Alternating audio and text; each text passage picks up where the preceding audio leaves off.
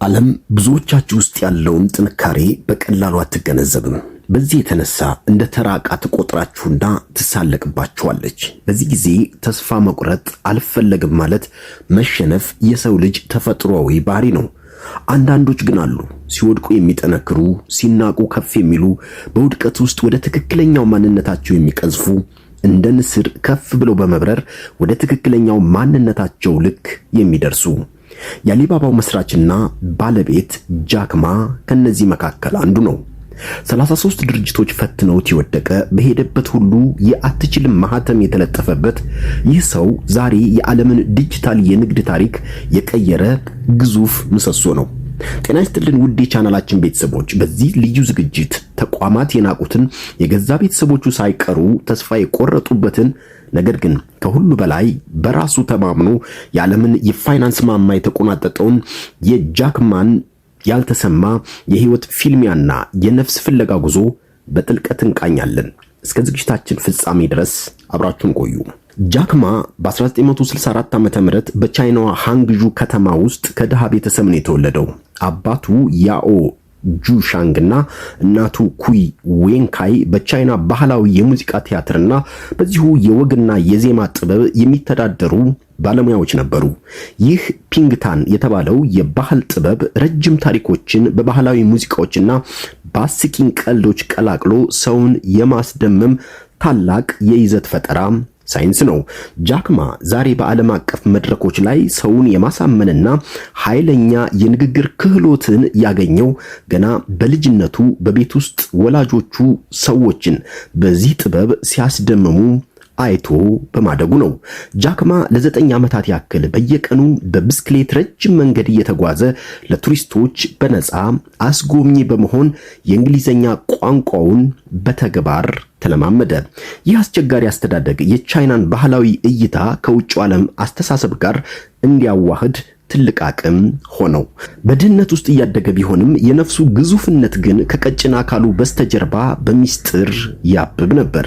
የሃንግዡ ጎዳናዎች ለሱ ተራ የመጫወቻ ሜዳ ሳይሆኑ የወደፊት ማንነቱን የፈለገባቸው የመጀመሪያ የሙከራ ላብራቶሪዎች ነበሩ። ቤተሰቡ በገንዘብ ባይደግፉትም በነፃነት የመንቀሳቀስ አቅሙ ግን በውስጡ ትልቅ እምነት ፈጠረ። በዚህ የልጅነት ዘመን ያገኘው የቋንቋ ዕውቀት ከሰዎች ጋር የመግባባት ልዩ ተሰጥኦንም አበረከተለት። ነገር ግን በአካባቢው ያሉ ትምህርት ቤቶች የሱን የተለየ አመለካከት ለመቀበል ዝግጁ አልነበሩም።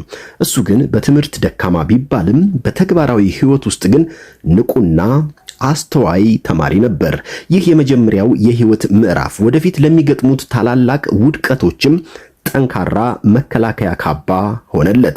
ለትልቅ ስኬት የሚበቁ ሰዎች ሁልጊዜም መሰረታቸው በቅንጦት ሳይሆን በትግል የተሞላ መሆኑን የጃክ ማ ሕይወት ያረጋግጣል። የሃንግዡ ከተማ ጭጋግ የሱን ውስጣዊ የብርሃን ብልጭታ በፍጹም ሊያጠፋው አልቻለም። ወላጆቹ ለቁም ነገር ይበቃል ብለው ባያስቡም እንኳን እሱ ግን የተለየ ታሪክ ለመጻፍ ተዘጋጅቶ ነበር። ጃክ ማ ወደ ስራው ዓለም ሲገባ ያገኘው ውድቀት የትኛውንም ተራ ሰው ተስፋ የሚያስቆርጥ ነበር። የዩኒቨርሲቲ መግቢያ ፈተናን በተደጋጋሚ 2 ጊዜ ወድቆ በአስቸጋሪ ሁኔታ በ3ኛው ሙከራ ነው ያለፈው። ዲግሪውን ይዞ ሲመረቅ ደግሞ ከ30 በላይ ለሚሆኑ የተለያዩ ድርጅቶች የቅጥር ማመልከቻ አስገብቷል። ነገር ግን በሄደበት ሁሉ የአትችልምና የንቀት መልስ ብቻ እየተሰጠው በሮች በኃይል ይዘጉበት ነበር። ለፖሊስነት ሲያመለክት ከ5 እጩዎች መካከል እሱ ብቻ ተለይቶ ውድቅ ተደርጓል። የኬኤፍሲ የቅጥር ማዕከል 24 ሰዎችን ሲመዝን 23ቱ ተቀጥረው እሱ ብቻ ተባረረ። እነዚህ ተከታታይ ውድቀቶች በሱ የስነ ልቦና መዋቅር ላይ ትልቅ ስብራት ሊፈጥሩ ይችሉ ነበር። እሱ ግን ተቋማት የሱን የውስጥ ጥንካሬ ማየት ስላልቻሉ ብቻ ራሱን ዝቅ አድርጎ አልተመለከተም። የሃርቫርድ ዩኒቨርሲቲን በር 10 ጊዜ ቢያንኳኳም በ10ሩም ሙከራ ውድቅ ተደርጎ ተመልሷል። ዓለም እንደ ተራ ዕቃ ስትቆጥረው እሱ ግን በነፍሱ ውስጥ ያለውን ግዙፍነት በፍጹም ያምነው ነበር። እያንዳንዱ የቅጥር በር መዘጋት ለሌላ ትልቅ የነጻነት መንገድ በር መክፈቻ መሆኑንም ያውቅ ነበር። የንቀት ማህተም የተለጠፈበት ያ ቀጭን ወጣት በትዕግስት መጓዙን ለአፍታም አላቆምም። ውድቀት ለሱ መጨረሻ ሳይሆን እውነተኛ ማንነቱን የሚፈልግበት ሚስጥራዊ የህይወት መፈልፈያ ሆነ። ተቋማት የሱን ብቃት ሊለኩበት የሞከሩበት መስፈርት እጅግ በጣም ያረጀና ጠባብ ነበር። ጃክማ ግን በእነዚህ ውድድሮች ውስጥ የራሱን ጠንካራ ስብዕና እያነጸ ሄደ። ይህ ጉዞም የወደፊት የቢሊየነርነቱ አክሊል የተጠነሰሰበት መራራና እልህ አስጨራሽ ወቅት ነው። በተከታታይ የሚመጡ ውድቀቶች በጃክማ ህይወት ውስጥ ፍጹም የጨለማና የብቸኝነት ቀናትን ፈጥረው ነበር። በየቀኑ የሚሰማቸው አይሆንም የሚሉ ድምጾች በልቡ ውስጥ የጥርጣሬ ጥላ መጣልም ጀምረው ነበር። የቅርብ ጓደኞቹ ሳይቀሩ የሱን ራዕይ የማይረባ ህልም እያሉ ሲያጣጥሉት ፍጹም ብቸኝነት ተሰማው። የሰው ልጅ ባህሪ የሆነው ተስፋ የመቁረጥ ስሜትም በነፍሱ ዙሪያ በተደጋጋሚ ያንኳኳ ነበር። በአነስተኛ ገቢ እየተዳደረ ኑሮውን ለመግፋት በሚታገልበት ወቅት የወደፊት መንገዱ ሙሉ በሙሉ የጠፋ ይመስልም ነበር። ባለሀብቶች የሱን የንግድ ሐሳቦች ዋጋ ቢስ አድርገው ሲመልሱት በብቸኝነት ያለቀሰባቸው ምሽቶች ብዙ ነበሩ።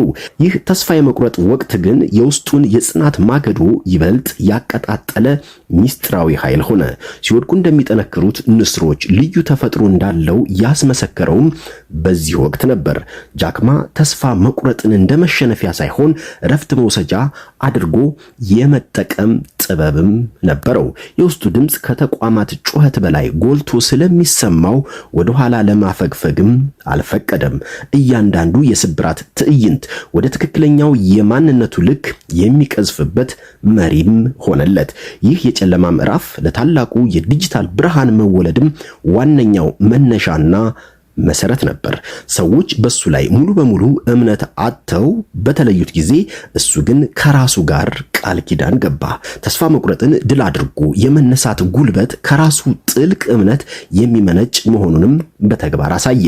ይህ የህይወቱ ምዕራፍ የጃክማን የውስጥ ማንነት ፍጹም አጠንክሮ የገነባ እልህ አስጨራሽ ወቅት ነው። የዲጂታል አብዮቱ ከመጀመሩ በፊት የነፍሱ ጽናት በዚህ እሳት ውስጥ ማለፍ ነበረባት። ወደ አሜሪካ ከመጓዙ በፊት ጃክማ በሃንግጁ አንድ ዩኒቨርሲቲ ውስጥ የእንግሊዘኛ መምህር ሆኖ ይሰራ ነበር። በወር የሚያገኛት $12 ደሞዝ የዕለት ኑሮውን ለመደገፍ እንኳን እጅግ በጣም ጠባብ ነበረች።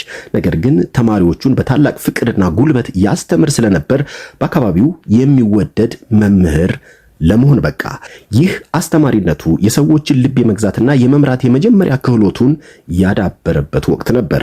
በመቀጠልም በራሱ ተነሳሽነት የመጀመሪያውን የትርጉም አገልግሎት ድርጅት በከተማዋ ውስጥ መሰረተ። የኮምፒውተርም ሆነ የቴክኖሎጂ ዕውቀት ሙሉ በሙሉ ሳይኖረው ንግድ ለመጀመር መሞከሩ በሰዎች ዘንድ እጅግ አስገራሚ ነበር። ቢሮክራሲውና የገበያው ጥበቃ አነስተኛውን የትርጉም ድርጅት ለማሳደግ ትልቅ እንቅፋት ሆነውበት ቢቆዩም እሱ ግን በትናንሽ ስኬቶች ውስጥ ሆኖ የወደፊቱን ትልቅ የንግድ ዓለም ያልም ነበር።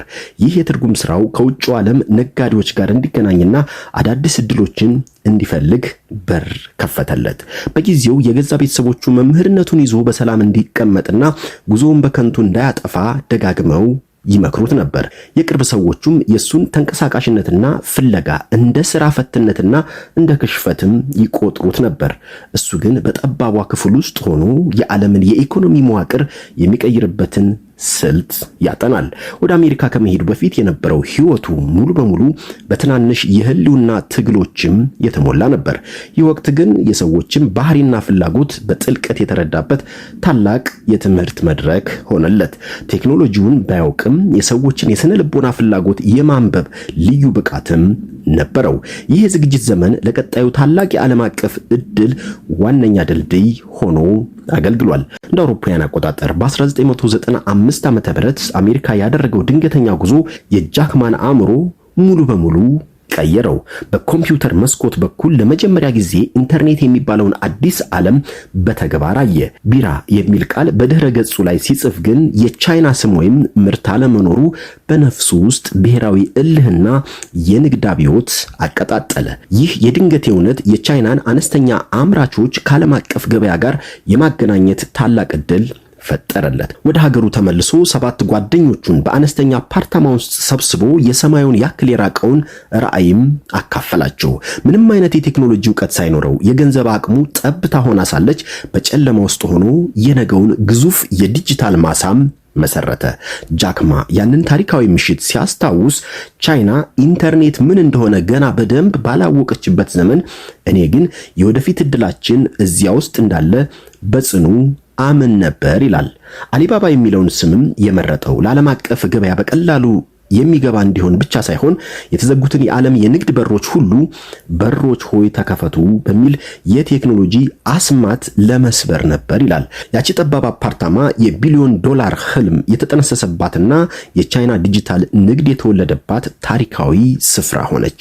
ባለሀብቶች ሊሰራ የማይችል እብደት እያሉ ሲያጣጥሉት፣ እሱ ግን በራዕዩ ላይ ፍጹም ጸንቶ ቆመ። የአሊባባ ውልደት የጃክማንን የነፍስ ፍለጋ ወደ ተግባራዊ የንግድ ግዛት የቀየረ ታላቅ ክስተት ነው። ከተቋማት በላይ ራሱን የማመን ውጤት መሬት ላይ መታየት የጀመረው በዚህ ምሽት ነበር። ዓለም የናቀችው ያ ወጣት አሁን የራሱን ግዙፍ የዲጂታል መንግስት ለመገንባት የመጀመሪያውን ድንጋይ አስቀምጧል። ይህ ታሪክ በአፓርታማ ውስጥ ተጀምሮ የዓለምን የፋይናንስ ማማ ያወዛወዘ ታላቅ የጽናት ምሳሌ ነው። የአሊባባ ስም ከመላው ቻይና አልፎ የዓለምን የንግድ ስነ ምህዳር መቆጣጠር ሲጀምር የአሜሪካው ግዙፍ የኢኮመርስ ተቋም ኢቤይ የቻይናን ገበያ ለመውረር አሰፍስፎ መጣ። በገንዘብና በቴክኖሎጂ የፈረጠመው ኢቤይ አሊባባን በቀላሉ ይውጠዋል ተብሎም በመላው ዓለም በሚገኙ የኢኮኖሚ ባለሙያዎች ዘንድ ይጠበቅ ነበር። ጃክማ ግን ዓለምን ያስደነቀና ኃይለኛ የአገር ውስጥ የጦርነት ስትራቴጂ ቀረጸ። ሁኔታውን ሲገልጽ ኢቤይ በውቅያኖስ ውስጥ ያለ ሻርክ ነው፣ እኛ ግን በያንግዚ ወንዝ ውስጥ ያሉ አዞዎች ነን። በውቅያኖስ ውስጥ ብንዋጋ እንሸነፋለን፣ በወንዝ ውስጥ ግን እናሸንፋቸዋለን ሲል ተናገረ። አሊባባ ታኦባኦ የተባለውን አዲስ መድረክ በመክፈት ለቻይናውያን አነስተኛ ነጋዴዎች ፍጹም ነፃ የግብይት እድልንም ሰጠ። ይህ ስልት የኢቤይን ክፍያ ተኮር መዋቅር ሙሉ በሙሉ በማፍረስ የቻይናውያንን ልብ ማሸነፍ ቻለ። ኢቤይ በሚሊዮን የሚቆጠሩ ዶላሮችን ለሊዝ ቢያወጣም የጃክማንን የሀገር ውስጥ ገበያ የመረዳት ጥበብ ማሸነፍ አልቻለም። ይህ ስልታዊ ጥቃት ተመሳሳይ ግዙፍ የአሜሪካ ካምፓኒዎችን ከቻይና ገበያ ሙሉ በሙሉ ጠራርጎ በማስወጣት አሊባባን ብቸኛ የዲጂታል ገበያ ንጉስ አደረገው። ይህ ፊልሚያ የገንዘብ ሳይሆን የማንነትና የስትራቴጂ የበላይነት የታየበት ታላቅ ታሪክ ነው። ጃክማ ከተቋማት በላይ ራሱን የማመኑን ትልቅ ዋጋ ለዓለም ያሳየው በዚህ ፊልሚያ ወቅት ነበር። የአሜሪካው ሻርክ በቻይናው አዞ ተሸንፎ ወደ ሀገሩ እንዲመለስ የተደረገበት ስልት ዛሬ በታዋቂ የንግድ ትምህርት ቤቶች ውስጥ እንደ ትምህርት ይሰጣል። አሊባባ የገበያ የበላይነቱን በመያዝ የብዙ ሚሊዮን አነስተኛ ነጋዴዎች ዋስትና መሆን ቻለ። በታሪክ ማህደር ውስጥ ከ33 ጊዜ በላይ ውድቅ የተደረገው ያ ድሃ ወጣት ዛሬ በዓለም ላይ ካሉ ጥቂት ተደማጭነት ያላቸው ቢሊዮነሮች ተርታ ተሰልፏል። ዛሬ የጃክማ የተጣራ የሀብት መጠን በግምት 25 ቢሊዮን የአሜሪካ ዶላር አካባቢ ሲሆን ይህም እሱን በቻይናና በዓለም አቀፍ ደረጃ ካሉ ባለሀብቶች መካከል በቀዳሚነት ያስቀምጠዋል።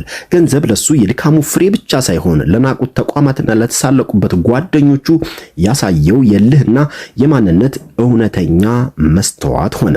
የሱ የሀብት ምንጭ የአሊባባ ግሩፕና የአንት ግሩፕ የፊንቴክ ኩባንያዎች የባለቤትነት ድርሻ ነው። ትላንት በወር $12 ሲከፈለው የነበረው መምህር ዛሬ የዓለምን የፋይናንስ ማማ የሚገዳደር ትልቅ ኃይል ሆኗል። ይህ የሀብት ታሪክ ተራ የቁጥር ክምችት ሳይሆን የጽናትና የማይበገር ስብዕና ውጤት መሆኑንም ያሳያል። ፎርብስ መጽሔት በፊት ገጹ ላይ ደጋግሞ በማውጣት የቻይናው ዲጂታል ጀግና ሲል አሞግሶታል። ሀብቱ የራሱን ነፍስ ፍለጋ እንዳያቆም እንቅፋት አልሆነበትም። ይልቁንም ለበጎ አድራጎት ስራዎች ትልቅ በር ከፈተለት እንጂ። በገንዘብ ማማ ላይ ሆኖም ትላንት እንግሊዘኛ ለመለማመድ በብስክሌት ይጓዝ የነበረውን ንጹህ ማንነቱን ዛሬም አልረሳም። ይህ የሀብት ልክ የጃክማንን ፍጹም የጽናት ጥግ ያሳየ የታሪክ ትልቅ አሻራ ነው። ከሀብቱ በላይ ግን ያስመዘገበው ትልቅ ስኬት በዓለም አቀፍ ደረጃ የፈጠረው የሥራ ዕድል ብዛት ነው። አሊባባ ግሩፕ በቀጥታ ከ128197 በላይ ቋሚ ሰራተኞችን ቀጥሮ የሚያስተዳድር ግዙፍ የቴክኖሎጂ ተቋም ነው። በስራ ምህዳሩ ወይም ኢኮሲስተም አማካኝነት ከ40 ሚሊዮን በላይ ለሚሆኑ አነስተኛ ነጋዴዎች፣ አምራቾችና የሎጂስቲክስ ባለሙያዎች ቀጥተኛ ያልሆነ የስራ ዕድል ፈጥሯል። ይህ ቁጥር ጃክማ ከተራ ግለሰብነት አልፎ የብዙ ሚሊዮን አባወራዎችን ኑሮ የገነባ ተቋም መሆኑን ያረጋግጣል። ትላንት አንድ ተራ ድርጅት ሊቀጥረው ፈቃደኛ ያልነበረው ያ ወጣት ዛሬ በሚሊዮን የሚቆጠሩ ሰዎችን እጣ ፋንታ ይወስናል። የአሊባባ የሥራ ዕድል ፈጠራ የቻይናን ገጠር የኢኮኖሚ መዋቅር ሙሉ በሙሉ የቀየረ ታላቅ ኃይል ሆኗል። የቴክኖሎጂ ዕውቀት የሌላቸው ተራ ዜጎች በጃክማ መድረክ አማካኝነት የራሳቸውን ንግድ መስራትም ጀምረዋል። የቀጠራቸውና የፈጠራቸው የሥራ ዕድሎች ብዛት የሱን ራዕይ ታላቅነት በግልጽ ያሳያሉ። ጃክማ መድረኮችን መቆጣጠር ሲጀምር ትላንት ያጣጣሉት የዓለም መሪዎችና የቢዝነስ ሊቃውንት ስለሱ የሚሰጡት ምስክርነት ተቀይሯል። የሲሊኮን ቫሊ ታዋቂ ባለሀብቶችም እኛ ያየነው የአካል ቁመቱንና ያረጀውን ኮምፒውተሩን ነበር፣ እሱ ግን የዓለምን የወደፊት ዕጣ ፋንታ ቀድሞ አይቷል ሲሉ መመስከር ግዴታ ሆኖባቸዋል። እንደ አውሮፓውያን አቆጣጠር በ2014 ዓመተ ምህረት በታሪክ ታላቅ የተባለውን የአይፒኦ የገበያ ሽያጭ በኒውዮርክ ሲያካሂድ ዓለም በደስታ አጨብጭባለታለች። ከተለያዩ ታዋቂ ዓለም አቀፍ ዩኒቨርሲቲዎች የክብር ዶክትሬት የተሰጠው ሲሆን በተለይም አነስተኛ ነጋዴዎችን ወደ ዓለም አቀፍ ገበያ በማውጣቱ የዓለም የኢኮኖሚ ፎረም ትልቅ ዕውቅና ሰጥቶታል። ትላንት በር የዘጉበት ተቋማት ዛሬ የሱን ምክር ለመስማት በሰረገላ ይሰለፋሉ። ይህ የሰዎች ምስክርነትና የተሰጠው ዓለም አቀፍ ዕውቅና የጃክማንን ፍጹም የጽናት ጥግ ያሳየ የታሪክ ትልቅ አሻራ ነው። የዛሬው ጃክማ ከድርጅቱ ከፍተኛ የኃላፊነት መንበር ወርዶ ወደ ቀደመው እውነተኛ ነፍሱ ወደ መምህርነቱና ወደ በጎ አድራጎት ስራው ተመልሷል። ለአዲሱ ትውልድ የሚያስተላልፈው መልእክትም ሁልጊዜም ቀጥተኛና ግልጽ ነው። በሀያዎቹ ዕድሜ ውስጥ ከሆናችሁ በጥሩ ኩባንያ ውስጥ ተቀጠሩና ጥሩ መሪን ተከተሉ። በ30ዎቹ ውስጥ ከሆናችሁ ደግሞ ለራሳችሁ መስራት ጀምሩ። በ40ዎቹ ውስጥ ከሆናችሁ በደንብ የምታውቁትንና የምትችሉትን ነገር ብቻ አድርጉ። ውድቀትን አትፍሩ፣ ውድቀት ምርጥ የህይወት መጽሐፍ ነውና ይላል ጃክማ።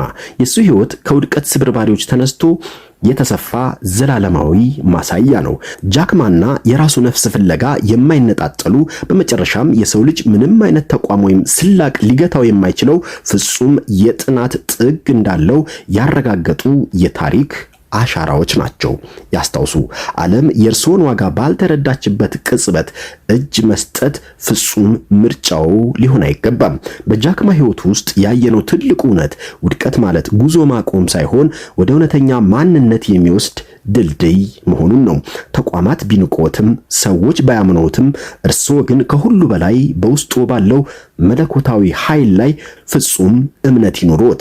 ይህንን ታላቅ የጽናት ጉዞ እስከ መጨረሻው ስለተከታተሉንም ከልብ እናመሰግናለን።